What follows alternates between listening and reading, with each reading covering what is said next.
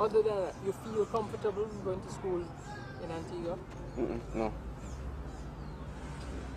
It's rough.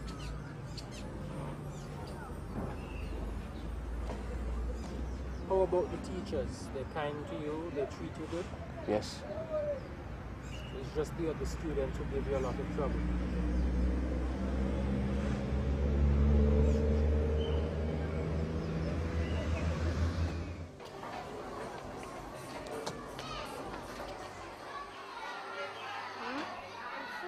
Emmanuel, whose parents are members of the tiny minority of West African migrants in Dominica, finds his early days at the convent preparatory school in Roseau especially hard, as he's taunted for being different.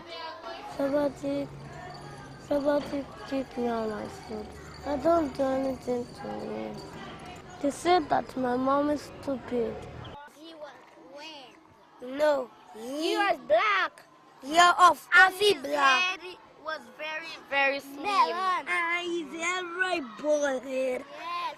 He doesn't talk He only so talking much. to me. Oh, I don't see know. what He doesn't talk He too cannot much. talk. He cannot talk. So he talking And he like can't talk. his baby.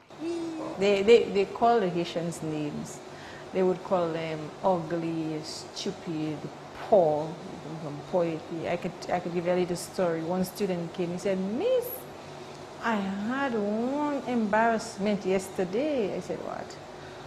He said, "Miss, I went to get my lunch and Sarah called me." He said, "So what?" "Miss, so what? Sarah is a Haitian. And so many people go in the restaurant and Sarah calling me, I didn't even answer." And that's grade 6. He's saying, "Miss, that was my greatest embarrassment. The girl was calling me because she had just come to the school.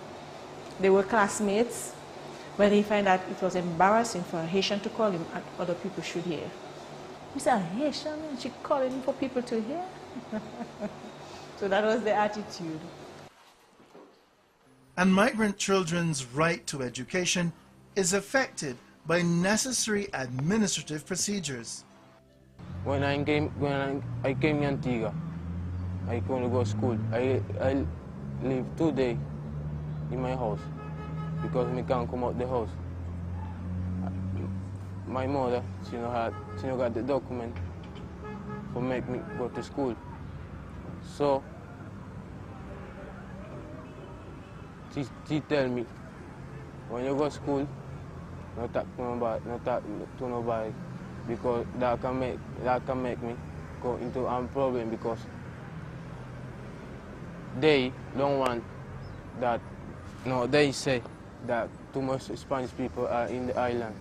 So when we came in here, the immigration give me $50 a month for staying here. So it's something like vacation. Teachers and students are also hampered by insufficient teaching tools because schools often don't know the number of immigrant children who'll be on the school's roll.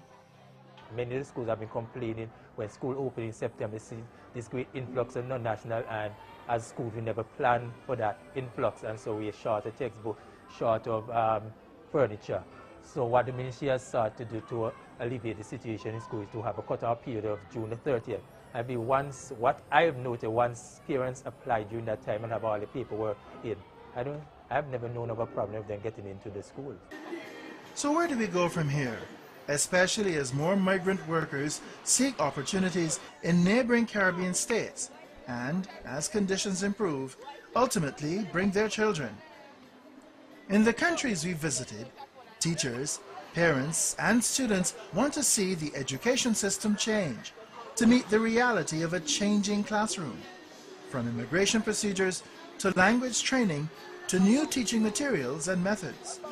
And there's a need for teaching multiculturalism to help both teachers and students adapt to changing circumstances. I think the Ministry of Education should have an outreach to them, come and check them out and see how they're doing, or the guidance counselor for the area, because there must be problems of adjustment. I think also we should have a kind of a reading laboratory where they can learn, you know, the English through a reading lab. I mean, I know that's a big demand, but, you know, that's how you learn a foreign language. I mean, they pick it up, but I think it would be easier for them, you know. And probably having, well, each school does have a, what do you call it, not a guidance counselor, a family life coordinator. And that person probably could take more interest in them. You know, your coming here now has made me realize that, you know, that they come and maybe they're afloat and maybe we should have been more, you know, involved in their adjustment. And everywhere, children are demanding to be treated equally, regardless of their origin, so that they can contribute to Caribbean society. It is not good to hate others, because we all are the same and we all were made by one God.